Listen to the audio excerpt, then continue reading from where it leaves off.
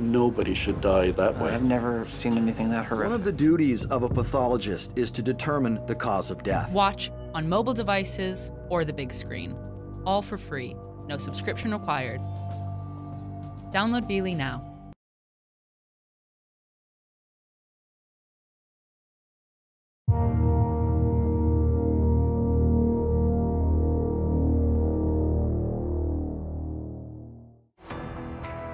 On February 26, 1987, Audrey Marie Hilly was found muddy and incoherent in a backyard outside Anniston, Alabama.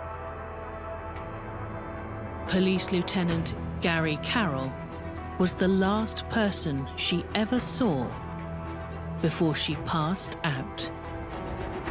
She was found in this yard here. Her hair was wet with mud and her clothes were wet. Called her name and she opened her eyes and looked at me and then rolled her eyes back. As far as I know, that was her last conscious moment. She died of hypothermia 3 hours later. But Hilly, often referred to as Marie, was no victim. She was attractive, charming, outgoing, friendly. Probably the results of being sociopathic. Now, we now know that.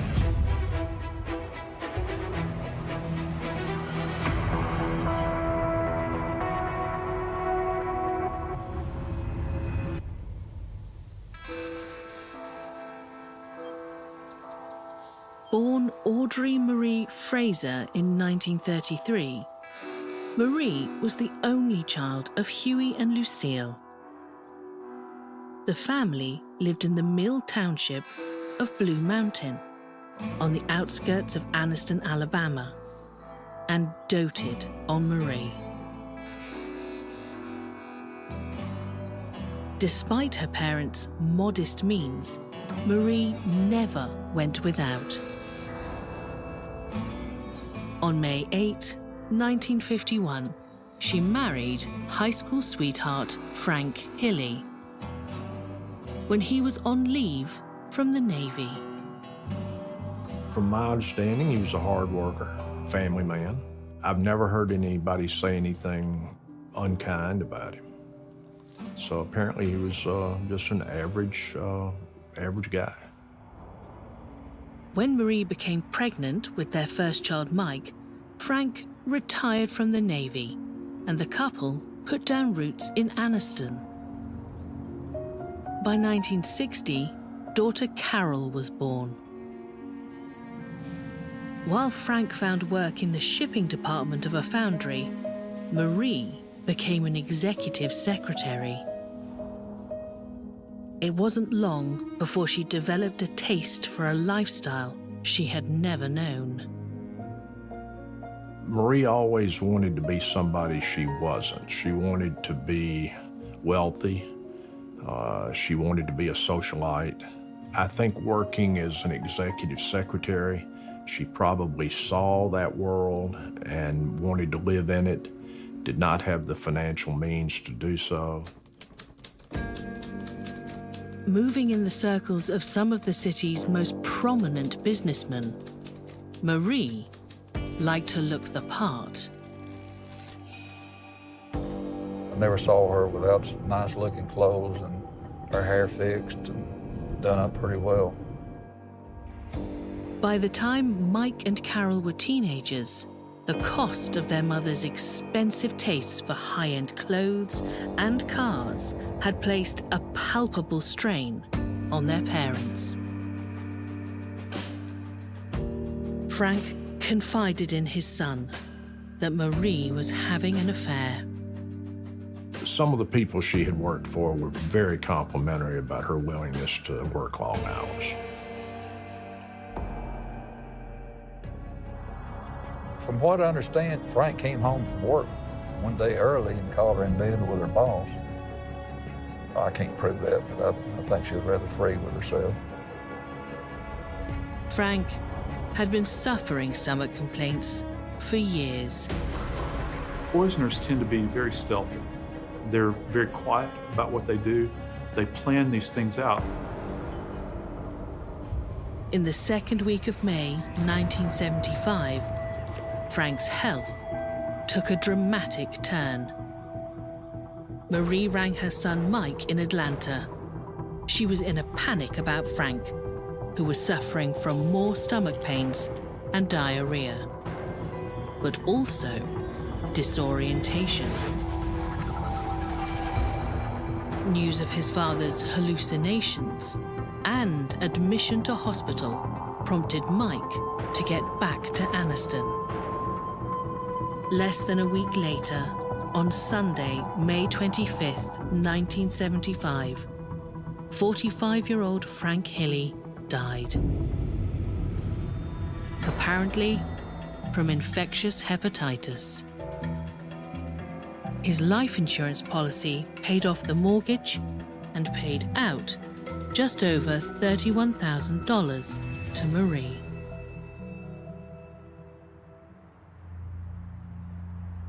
By 1977, Lieutenant Gary Carroll had become familiar with the name Marie Hilly. The widow was a regular caller to Anniston Police Station, reporting a burglary, threatening notes and phone calls, vandalism, and even arson. But when police traced the source of one of Marie's strange calls, it came from her own office telephone. Lieutenant Carroll began to wonder about the veracity of Marie's claims and whether, in fact, she was the author of them. Marie's neighbor, also a widow with 2 children, had reported similar events, but more disturbingly, her boys had experienced persistent stomach complaints since moving in. 2 boys, they stayed sick with stomach illness the whole time, just about that they lived there. And as soon as they moved away, all that cleared up.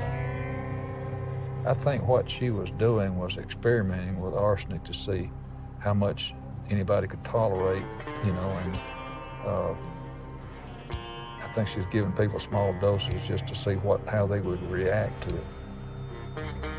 4 years after Frank's death, Marie had used up the life insurance and had fallen behind her loan repayments. Her son Mike, now married and living in Florida, was receiving stern letters of demand from credit companies. Puzzled and concerned, he paid his mother a visit in Anniston. After breakfast that morning, he got, I won't say violently ill, but he got ill. Vomiting, gastritis type symptoms. And the thought was she had poisoned him at breakfast that morning. I don't think he was ever tested. If he was, I'm not aware of it. And I'm not sure he could ever bring himself to admit that. In 1978, Marie had taken out a new life insurance policy for her and daughter Carol. Having graduated from high school, the 19-year-old had started a course at Jacksonville State University and had decided to rent a place of her own. Marie took her shopping for new furniture and wrote out a check for the purchase. It bounced. In April 1979, Carol was afflicted with exhausting bouts of nausea and vomiting. Despite regular stays in hospital, her condition only got worse. We're talking about severe muscle spasms, seizing of the muscles, particularly in the abdominal wall, gastrointestinal pain. She might have contractions in her arms. Sight becomes blurred, tremendous headaches, not being able to feel, for instance. She has a numbness throughout her body, and this unquenchable thirst. This is a huge recipe for just a torturous, torturous day. When Marie visited her daughter in hospital, She went armed with baby food and a lethal injection. One of the relatives had walked into the bedroom while Marie had a syringe in her hand, and she told them, says, the doctors have told me to give Carol some injections. The relentless pain made Carol despair. A turn which Marie exploited to get her daughter transferred to Caraway Methodist Hospital in Birmingham, 60 miles west of Anniston. And so in Carol's instance, they sent her actually to a psychiatric facility in order to be evaluated. Hilly had allowed her own daughter to be admitted to the psychiatric ward. But a passing doctor noticed Carol's fingernails. First off, when you observe the fingernails in individuals that have been exposed to arsenic, particularly over a long period of time, there are these little lines or striations that create on the surface of the nails. This does not happen under any other circumstances. And so at that point in time, the doctor knew that something was up, that more than likely she had been exposed to arsenic.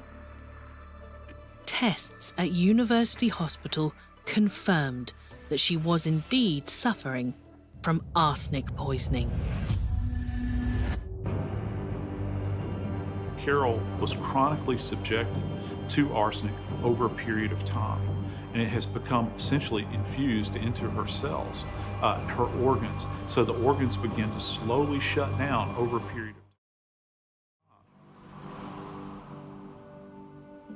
When Lieutenant Gary Carroll visited Carol in the hospital, he was shocked by her frail condition. Well, I saw Carol at the hospital. Of course, I had seen her before at the house during all these so-called problems they were having. Carol was pitiful when I went to the hospital. On September the 19th, 1979, Audrey Marie Hilly was arrested at Birmingham.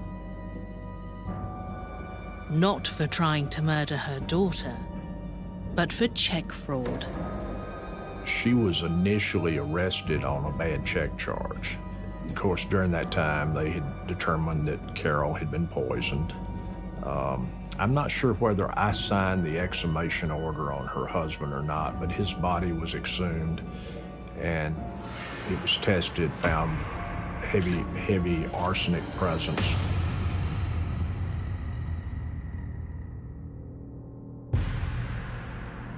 On October the 9th, 1979, while she was still in custody on fraud charges, Lieutenant Carroll arrested Audrey Marie Hilly for the attempted murder of her daughter. But the following month, she was released on bail. At the time, they had started investigating her background and what was going on with Carol. So for a check charge, I think her bond was fairly significant, but one of the men she had previously worked for as a secretary posted a cash bond for her, and that's how she got out of jail. But when Marie's attorney went to the motel to meet her, she was gone. Instead, a note was left, suggesting Hilly had been kidnapped. Another threatening note in similar handwriting appeared at her aunt's home, which also matched a note found on Marie's back door in 1977.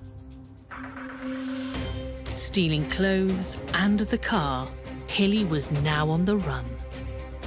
Crossing state borders, abandoning her daughter, debts, and the law, she triggered a nationwide manhunt that would ensue for years.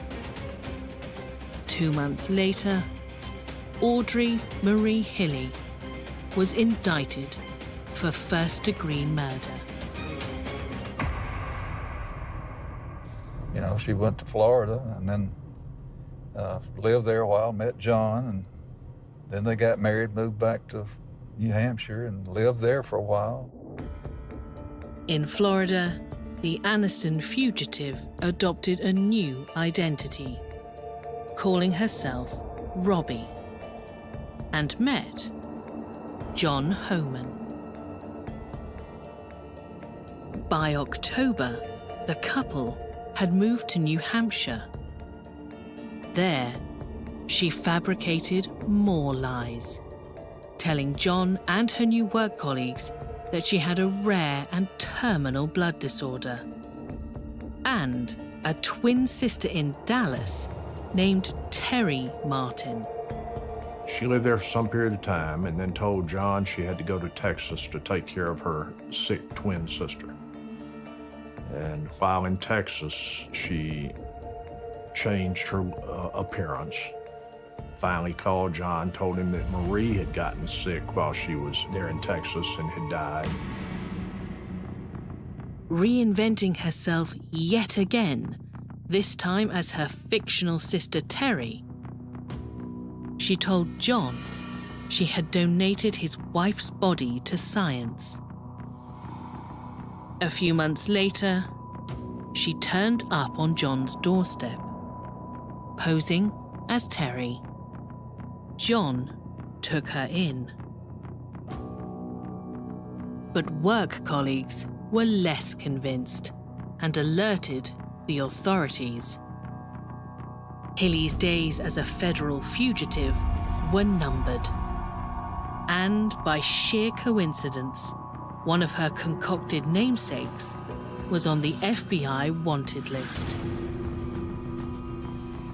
On January 12, 1983, they arrested her.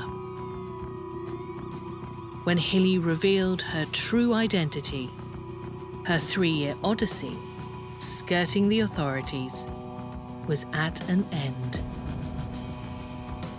She was transferred back into the custody of Aniston police. The trial of Audrey Marie Hilly began on May 31st, 1983.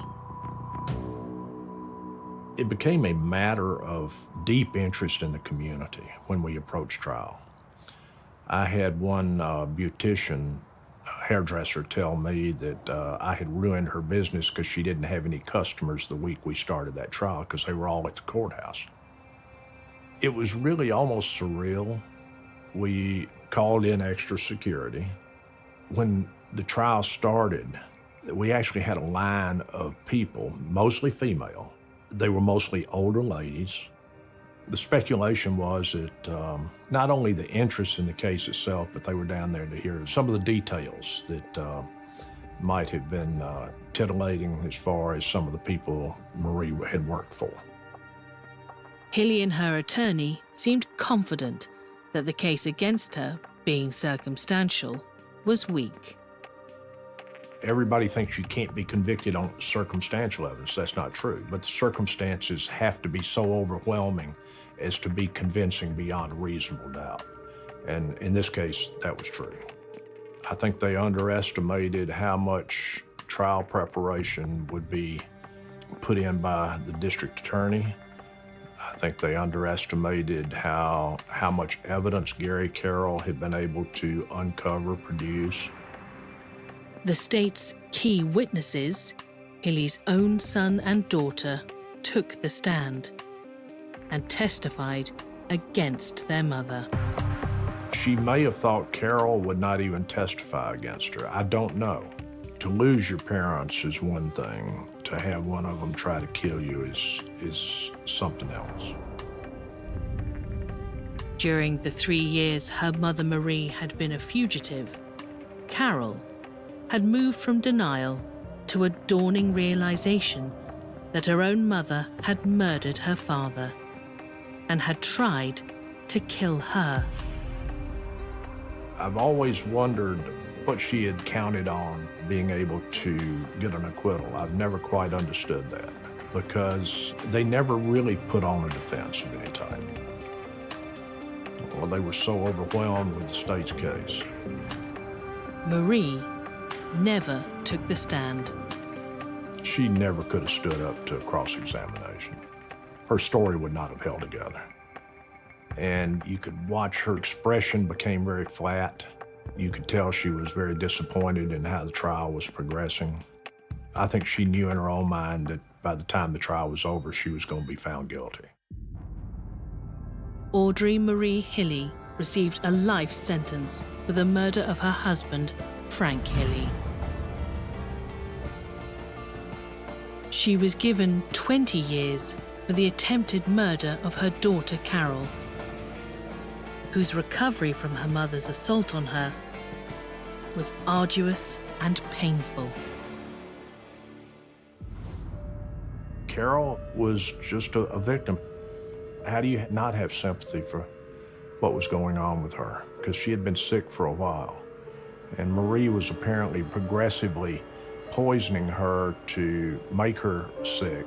But I do think about her sympathetically. And I have always respected her ability to stand up to it and to some degree overcome it. I don't know to what degree. But especially a mother. Mother is probably particularly painful. Hilly was dispatched to Tutwiler Prison for Women, 90 miles south of Anniston. But less than 4 years into her term, she was granted a 3-day furlough to visit her husband, John Homan. Furloughs used to be very common in the prison system. It's where you get sort of like a 3-day pass and you have to come back, but they notify the local police that you've been released on furlough.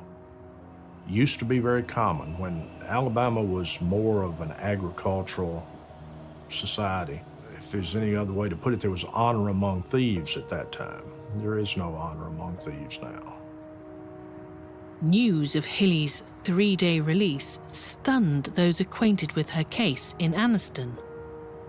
We were amazed that she was allowed to leave. They said that, due to her good behavior and nobody advised any law enforcement that she was out for this. It was for a weekend or a couple of days, regardless to say she didn't show back up when she was supposed to at the prison. She put the con job on the warden. I just cannot imagine why she was released at all. John and Marie spent a day at an Anniston motel. John left for a few hours. On his return, Marie had vanished. With a convicted murderer on the loose in the very town she was convicted, those close to the case were nervous. There was concern about it.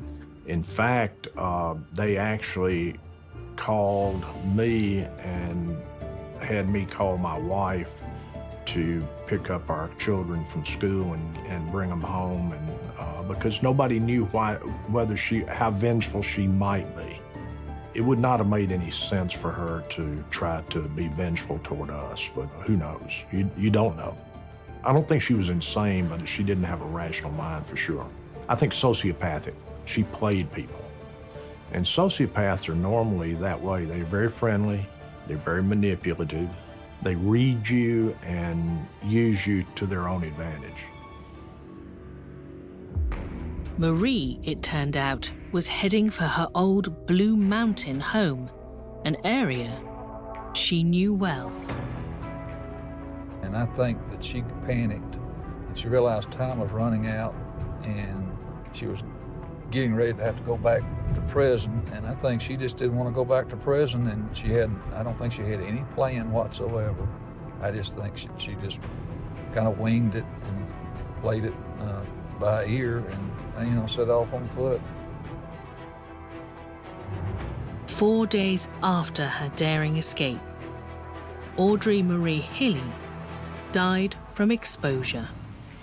She was 53. She was ultimately found on the back patio or of a home out in the Blue Mountain area of Anniston, which is the area where she originally grew up. And she was semi-conscious. They carried her to the hospital. She was hypothermic, and she died there in the emergency room. I hated the fact that she, expired, but I was also relieved that she was found, because I didn't want to go through another 3 years of trying to find a ghost.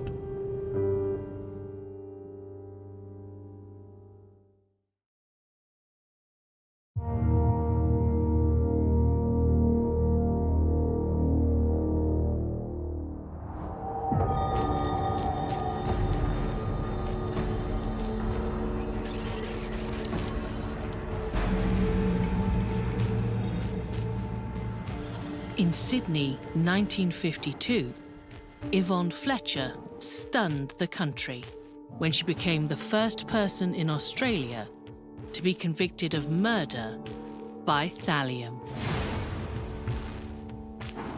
You expect that mothers will be creating stuff with love, not with poison. Some people who've been poisoned with thallium say that it's rather like opening up your chest, putting a pair of pliers in there and twisting the nerves from side to side.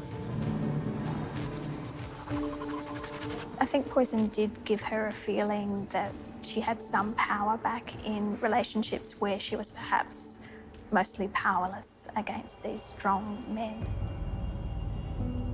The most populated urban area in Australia, inner city Sydney, offered a bleak outlook for residents in the years following World War II. The dynamic of Sydney certainly changed after the war. During the war, women had been out working. When the men returned from war, it was expected that they would go back to the home and be mostly working in the house. And for some women, it was difficult to accept that change, to go from having a work life outside of the home to just being contained within the home. One of those women was Yvonne Gladys Fletcher. Yvonne was born in 1922 to Harold Bogan, a bootmaker, and his wife, Dorothy. But by the time she was 29, Yvonne was a widow with 2 children living in the inner city, where even rats were still feeling the effects of wartime rations and were known to nibble on the faces of sleeping children. We had a rat plague, so 1 million rats in 1950 running through the city. The government was interested in dealing with those rats because they were concerned about the disease that rats bring with them. Highly toxic poisons became readily available at the corner shop.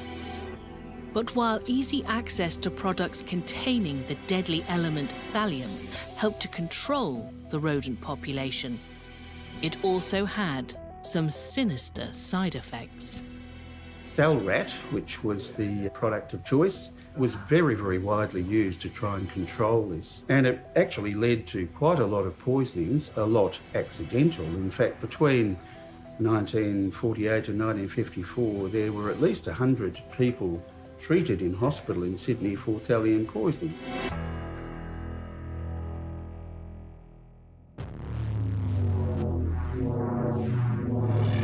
Not all of the poisonings, however, were accidental. Some were emerging as murders. It took police and the authorities some time to work out that thallium was being used. I just wonder how many other people were poisoned. Certainly the police from that period say that there were other cases that never came to court because they couldn't get the evidence. Its more nefarious side is that it forms a clear, colourless solution, and it's virtually odourless and colourless, tasteless, can be put into food quite readily, and it is in fact acutely toxic in that form. A former bottle sorter, 29-year-old Bertram Bluey Henry Fletcher was employed to lay rat baits around the vermin-infested city. It was very effective. It just became part of the society in those days. This was the rat poison of choice.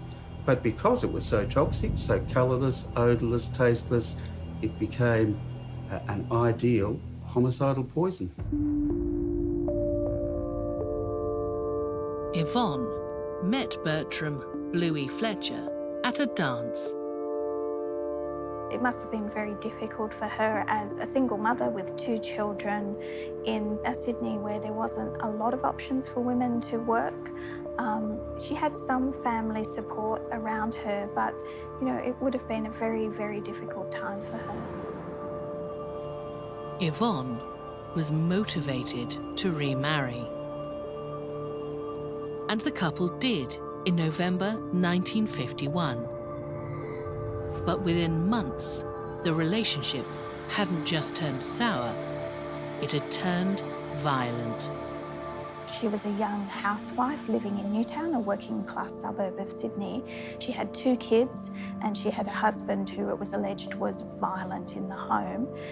They had a very tumultuous relationship. Yvonne needed help. She had spoken to the police about what was going on in the home, but at that time the police weren't very proactive when it came to domestic violence. She went and saw a public solicitor to see if she could have her husband evicted from her home, and that was apparently listed to go into the police court, but it hadn't. Nothing had moved very quickly for her in terms of dealing with that situation in the home.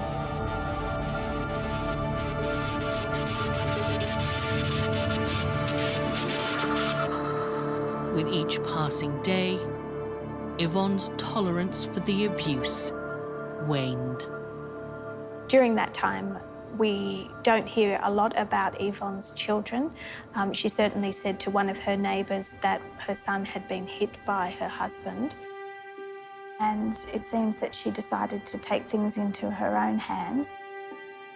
Yvonne Fletcher wanted Bluey out of her house and out of her life.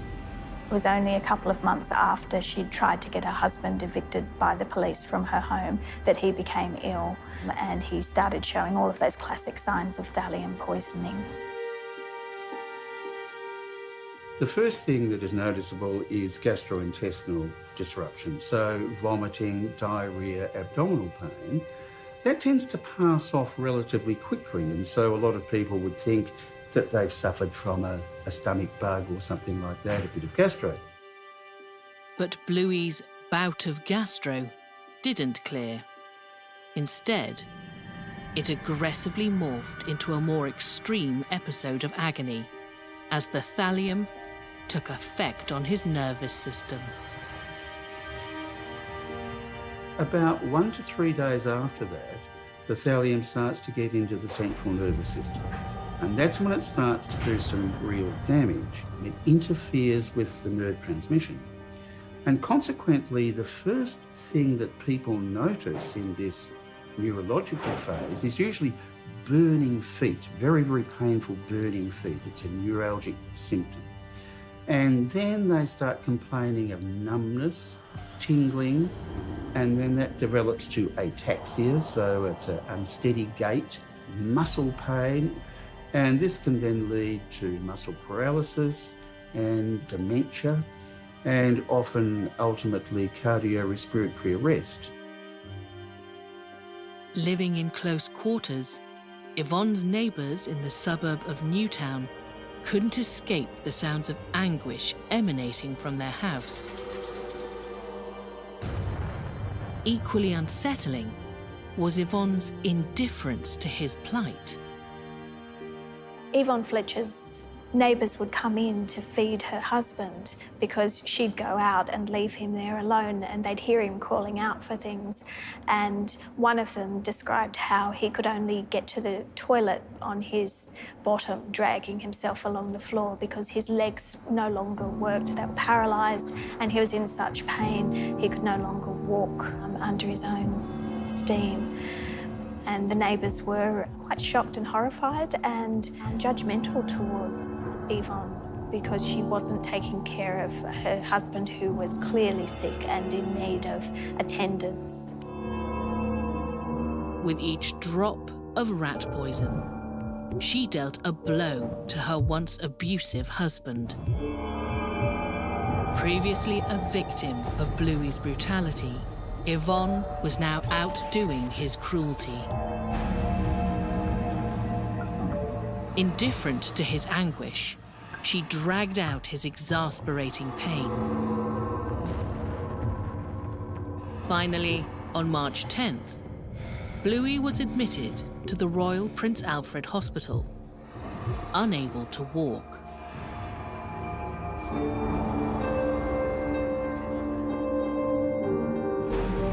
Two weeks later, Bertram Bluey Fletcher was dead. The people who lived around her were aware that she was in an unhappy marriage. They had seen her first husband become more and more frail, more and more ill, and were aware of, how he had died. And then they saw a second husband becoming more and more frail, more and more ill. A post-mortem failed to find the cause of Bluey's death, so doctors sent samples to the government analyst for comprehensive testing. Results showed he was awash with thallium. To her neighbours, Bluey's fate was disturbingly familiar.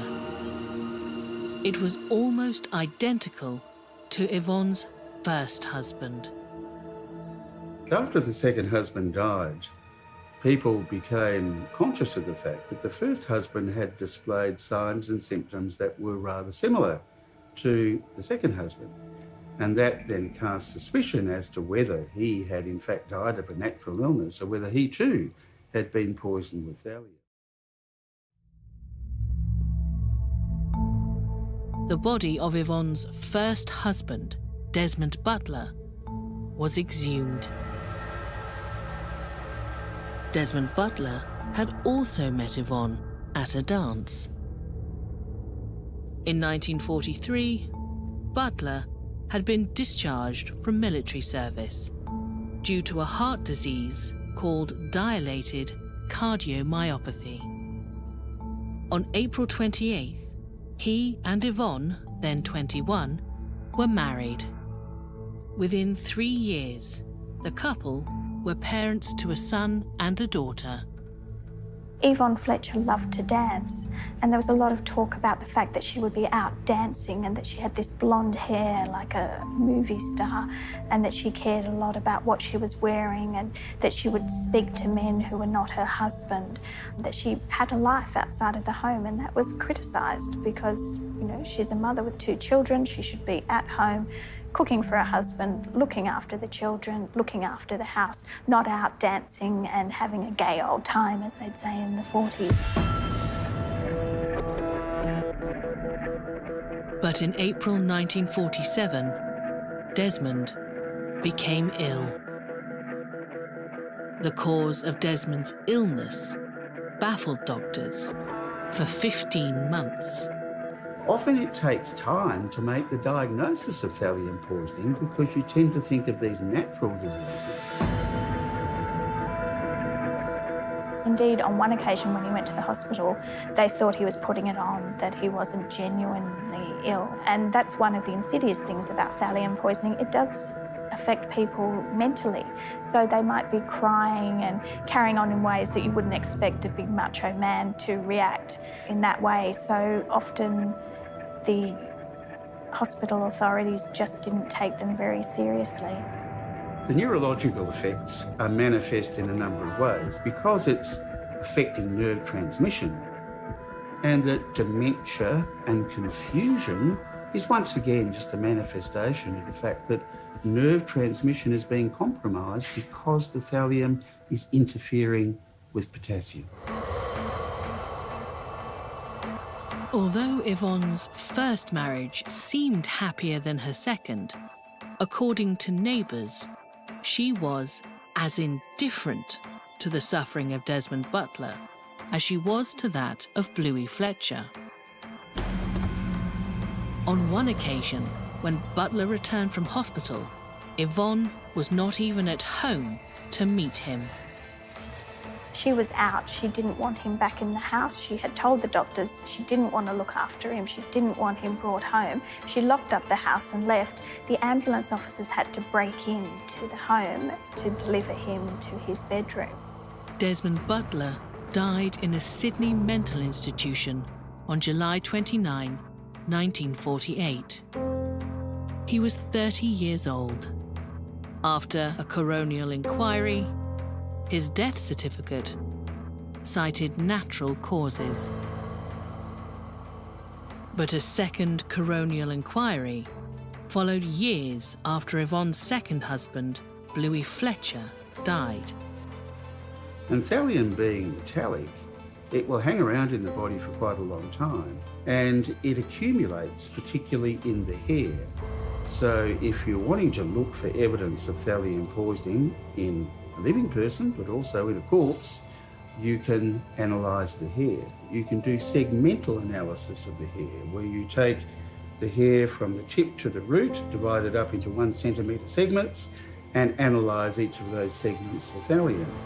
And because we know the rate at which hair grows, around about a centimetre per month, you can then come up with a timeline, an estimated timeline of administration. Police sent samples of Desmond Butler's remains to a toxicology laboratory for testing. It found that he too had died from thallium poisoning. Yvonne Fletcher was arrested on the 19th of May, 1952, and charged with the murders of her 2 husbands, Desmond Butler and Bertram Fletcher. Clearly, murder in any form is diabolical. When it's murder of family members, it is even more diabolical. I imagine the family and relatives would have been devastated by the whole thing. Yvonne Fletcher cried as the charges were read to her at the short hearing that followed her arrest. I think what shocked the public most about the thallium poisonings of the late 40s and early 50s was the fact that it was women who were the nurturers, the carers. Certainly the women who were suspected of murder or attempted murder were treated very differently to a man in that situation. So for instance, the way they looked, the clothing that they wore, the way they walked was all commented on in the press. In the case of Yvonne Fletcher, she used to bring a little gilt-edged prayer book into the court with her, and that was something that was commented on in the press. Fletcher's case was front-page news, and the press coverage of her trial also had an extraordinary and unexpected consequence: catching a second poisoner, Sydney grandmother Caroline Grills. It was quite interesting how Caroline Grills came to police attention. John Downey, who was one of her victims, was reading the newspaper, and in the newspaper there was the story of Yvonne Fletcher, the young woman who'd poisoned 2 of her husbands in Newtown. And he sort of began to think, well, maybe, just maybe, someone's poisoning us. And he looked around the family group, and the only person who was the common factor amongst all of the people he knew who had died was Caroline Grills. The article about Yvonne's case eventually led to Grills' arrest. Meanwhile, Yvonne Fletcher's trial continued, sending whispers through the Newtown community. Neighbourhood gossip became witness testimony. One neighbour testified that Fletcher had told her that her husband Bluey had punched her on the nose and she had lost so much blood she required a transfusion. I think Yvonne Fletcher was taking revenge on her husbands for some of the beatings that she alleged had happened, and because she wasn't happy in the home and in the relationships, and poison allowed her that power.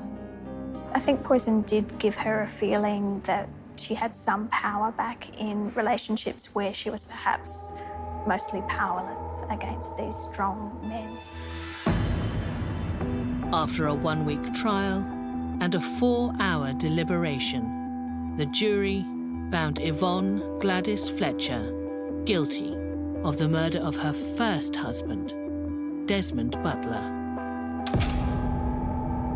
On receiving her sentence, Fletcher collapsed, dropping the prayer book she had carried to court each day.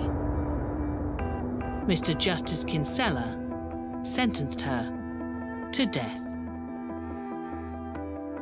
Her sentence was later commuted to life imprisonment.